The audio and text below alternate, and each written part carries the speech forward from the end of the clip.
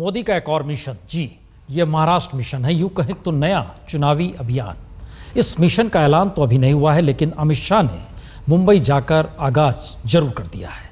महाराष्ट्र में मोदी के महाविजय का सपना पूरा करने के लिए क्या खाका तैयार किया गया है और अमित शाह ने किस तरीके से मुंबई में अपनी बिसात बिछाई, नेताओं कार्यकर्ताओं से मुलाकात के दौर में क्या क्या संकेत निकल कर आए, पहली रिपोर्ट।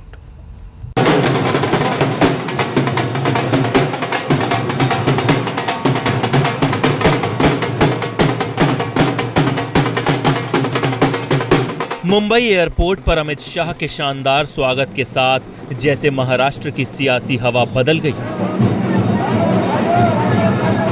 नेताओं कार्यकर्ताओं के बीच हौसलेदार इस्तकबाल के साथ महाराष्ट्र मिशन के संकेत और संदेश दोनों बदल गए। समीकरण तो पहले ही बदले बदले से नजर आ रहे थे महाराष्ट्र में। जब से एक छत्र विजय के साथ नरेंद्र मोदी प्रधानमंत्री और अमित शाह बीजेपी के छत्रप बने हैं, अब तैयारी है नए समीकरणों पर चुनावी लहर बनाने और इस पर गठबंधन की सियासत साधने की। मुंबई पहुंचते ही अमित शाह ने इसकी शुरुआत कर दी। 15 साल से यहाँ पर जो सरकार चली है वो आजादी के देश के इतिहास में कनिष्ठ से कनिष्ठ सरकारों में से सरकार है। ये भ्रष्ट सरकार को उखाड़ फेंकने के लिए महाराष्ट्र की जनता तैयार है और भारतीय जनता पार्टी के कार्यकर्ताओं की मंशा यहां पर दिखाई दे पड़ती है। अमित शाह का यह बयान बीजेपी अध्यक्ष के तौर पर सरकार पर सियासी हमले से जोड़कर देखा जा सकता है, मगर इस बयान का सियासी जोर और भी कई इशारे करता है। पहला तो ये कि इस बार महाराष्ट्र चुनाव में कोई कसर नहीं छोड़ने वाली बीजेपी। इसके लिए चुनावी रणनीति से लेकर गठबंधन की राजनीति अभी से ही मांझनी शुरू कर दी है। अब दोनों ही मसलों पर महाराष्ट्र की सियासत में तमाम तरह की अफवाहों का बाजार गर्म था। शिवसेना के साथ गठबंधन के फॉर्मूले पर सवाल और तमाम तरह की अटकलें थी, लेकिन अमित शाह ने मुंबई पहुंचते ही ये साफ कर दिया, शिवसेना उसकी सबसे पुरानी सहयोगी रहेगी और इस चुनाव में भी गठबंधन की सूरत को लेकर किसी के मन में कोई शंका नहीं होनी चाहिए। आशंकाएं एक दिन पहले तक उद्धव ठाकरे से अमित शाह की मुलाकात को लेकर भी थी, मगर मुंबई दौरे के साथ वो भी खत्म हो गई। शिवसेना पक्षप्रमुख माननीय उद्धवजी यांनी भारतीय जनता पक्षाचे राष्ट्रीय अध्यक्ष आदरणीय अमितभाई शाह यांना मातोश्रीवर येण्याचं निमंत्रण काल दिलं होतं। त्या निमंत्रणाचा स्वीकार शुभेच्छा भेटीचा माननीय अमितभाई शाह यांनी स्वीकार केला आहे। देर रात उद्धव ठाकरे से मुलाकात हुई तो सियासत और सीटों के समीकरणों पर बातें भी तमाम हुई। इस पर भी हम रोशनी डालेंगे, मगर उससे पहले चर्चा अमित शाह के नेताओं और कार्यकर्ताओं के जागरण अभियान की। अमित शाह सियासी गहमी शुरू होने से पहले महाराष्ट्र के कद्दावर नेता रहे प्रमोद महाजन और गोपीनाथ मुंडे के घर गए। पूनम महाजन और प्रज्ञा मुंडे से मुलाकात की। इस मुलाकात को व्यक्तिगत शिष्टाचार से जोड़कर देखा जा सकता है, मगर इसके अपने सियासी मायने भी हैं।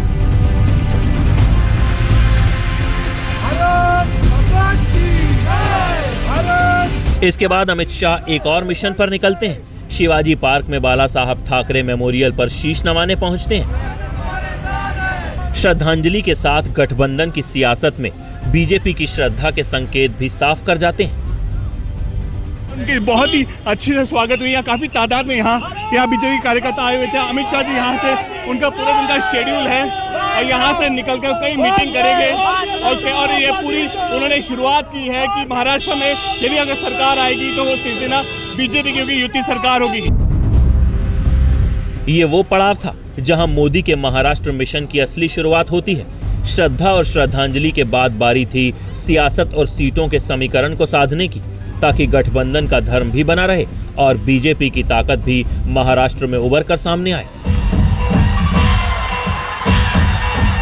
कमलेश सुतार और वीरेंद्र गुणावत के साथ साहिल जोशी, मुंबई, आज तक। ध्यान दीजिए तो पिछले विधानसभा चुनाव में और इस बरस लोकसभा चुनाव में बीजेपी शिवसेना से कहीं ज्यादा बड़ी पार्टी के तौर पर उभरी है और इससे बीजेपी में खासा उत्साह भी है और इसी उत्साह के साथ अमित शाह पूरे भरे पड़े दिख रहे हैं। और ऐसे में फिर क्या, शिवसेना खुद को छत्रपति शिवाजी की सियासी वारिस कहने से नहीं चूकती और अमित शाह ने उस विरासत के साए में खुद का नाम जोड़ा, बीजेपी का नाम जोड़ा, मोदी का नाम जोड़ दिया।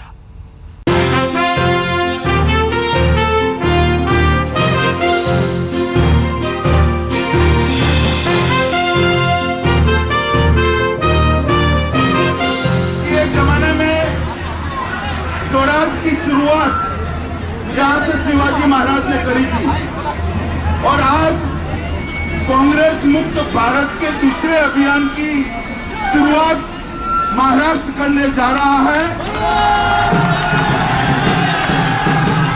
मुझे विश्वास है कि उत्तर और पूर्व दक्षिण के सभी राज्यों में महाराष्ट्र से ही कांग्रेस मुक्त भारत की शुरुआत होगी और वो तमिलनाडु तक पहुंचेगी।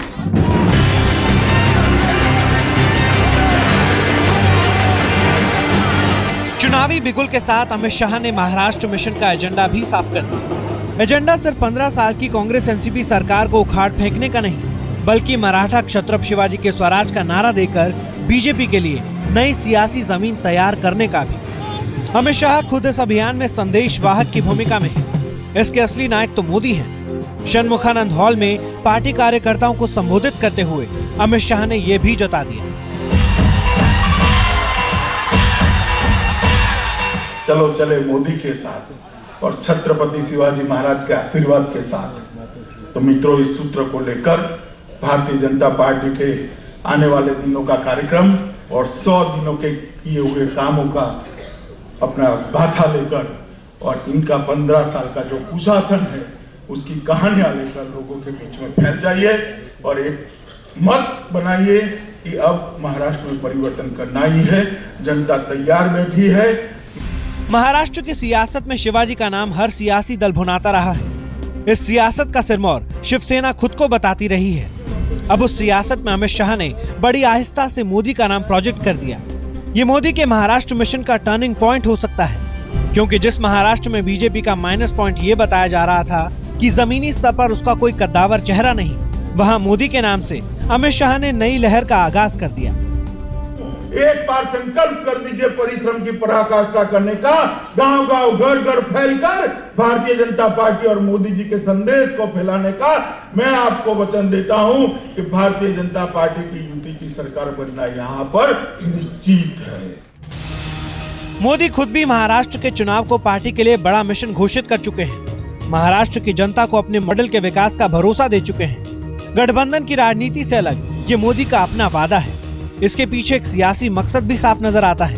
अगर आप देश के पश्चिमी हिस्से के नक्शे पर गौर करें, गुजरात तो खैर बीजेपी के प्रयोगशाला ही कही जाती है, जहां पिछले 14 साल से बीजेपी सत्ता में है। गोवा की सत्ता भी बीजेपी के हाथ है, तो राजस्थान में भी वो अकेले सत्ता हासिल कर चुकी है।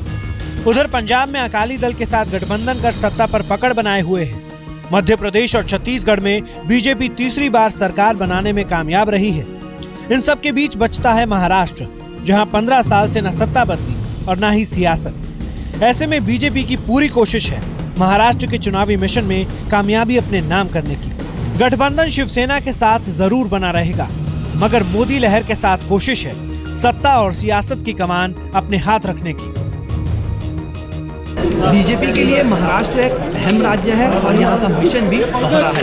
पहला, महाराष्ट्र में सत्ता लाना, दूसरा, शिवसेना के साथ गठबंधन में होते हुए भी बीजेपी की ताकत बढ़ाना। इसीलिए नरेंद्र मोदी को केंद्र में रखकर अमित शाह ने महाराष्ट्र में चुनावी मिशन शुरू किया है।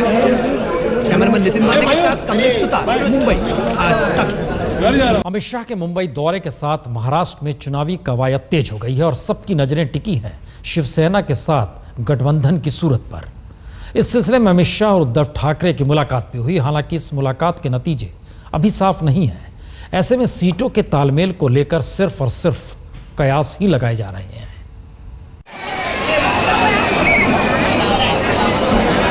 महाराष्ट्र मिशन पर सियासत के समीकरण साधने निकले अमित शाह गणपति के दरबार में भी गए, लालबाग के राजा के दर्शन किए, साथ ही उन पंडालों की महाआरती में भी शरीक हुए जो श्रद्धा के साथ सियासी तौर पर भी बीजेपी के लिए अहम है। इस मोर्चे पर भी अपने साझेदार शिवसेना के साथ बराबरी का पैगाम दे गए अमित शाह। हालांकि सियासी मोर्चे पर ऐसी बराबरी शिवसेना को गवारा नहीं और यही दोनों के गठबंधन में ताज़ा खटपट की वजह भी है। बीजेपी चाहती है महाराष्ट्र विधानसभा चुनाव में उसे शिवसेना से बराबर की सीटें मिले, लेकिन शिवसेना फिलहाल इसके लिए तैयार नहीं दिखती। 2009 के चुनाव में बीजेपी 288 में से 117 सीटों पर लड़ी थी, लेकिन इस बार मांग 140 से ज़्यादा सीटों की है। इस मांग को लेकर बीजेपी की दलील साफ है, क्योंकि महाराष्ट्र में उसका कद लगातार बढ़ रहा है। 2009 के चुनाव में बीजेपी ने विधानसभा की 45 सीटों पर जीत हासिल की थी, तो शिवसेना को 44 सीटों पर जीत मिली थी। इसी तरह लोकसभा में बीजेपी को 23 सीटों पर जीत मिली, जबकि शिवसेना 18 सीटों पर ही सिमट कर रह गई थी। साफ है, विधानसभा से लेकर लोकसभा चुनावों में बीजेपी शिवसेना से बड़ी पार्टी के रूप में उभरी, लेकिन शिवसेना अपनी सियासी जमीन इन आंकड़ों की बदौलत कम करने को राजी नहीं। शिवसेना महाराष्ट्र में बड़ी पार्टी का रुतबा अपने पास रखना चाहती है, तो बीजेपी अपनी ताकत सत्ता के नियंत्रण तक बढ़ाना चाहती है। अमित शाह और उद्धव ठाकरे के बीच की मुलाकात में यही सबसे बड़ा मसला भी था। सूत्रों की माने तो बीजेपी हाईकमान ने राज्य के बीजेपी नेताओं को यह कह दिया है कि महाराष्ट्र में अपने बलबूते पर सत्ता पाना नामुमकिन है। ऐसे में शिवसेना के साथ गठबंधन तोड़ना ये बहुत बड़ी गलती होगी। लेकिन दूसरी तरफ उनको इस बात का भी ख्याल रखना है कि कैसे गठबंधन में बीजेपी का दबदबा बना रहे। अब ये कसरत बीजेपी के नेता कैसे निभा पाते हैं, ये सबसे बड़ा मुश्किल भरा सवाल है। साहिल जोशी, मुंबई, आज तक।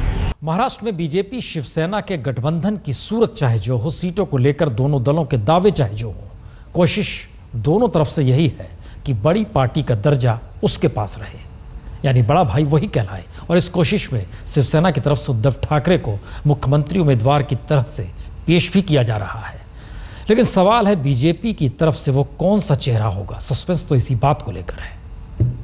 चलो चले मोदी के साथ और छत्रपति शिवाजी महाराज के आशीर्वाद के साथ। इस बयान के साथ अमित शाह महाराष्ट्र में मोदी लहर का आगाज कर गए, मगर जमीनी स्तर पर बीजेपी की सियासी मुश्किलें कम नहीं। मोदी के नाम पर शिवसेना से बराबर सीटें मांग रही बीजेपी के सामने सबसे बड़ी मुश्किल तो ये है कि उसके पास मुख्यमंत्री उम्मीदवार का कोई चेहरा ही नहीं है। ये संकट बीजेपी के सामने गोपीनाथ मुंडे के निधन के बाद खड़ा हुआ है।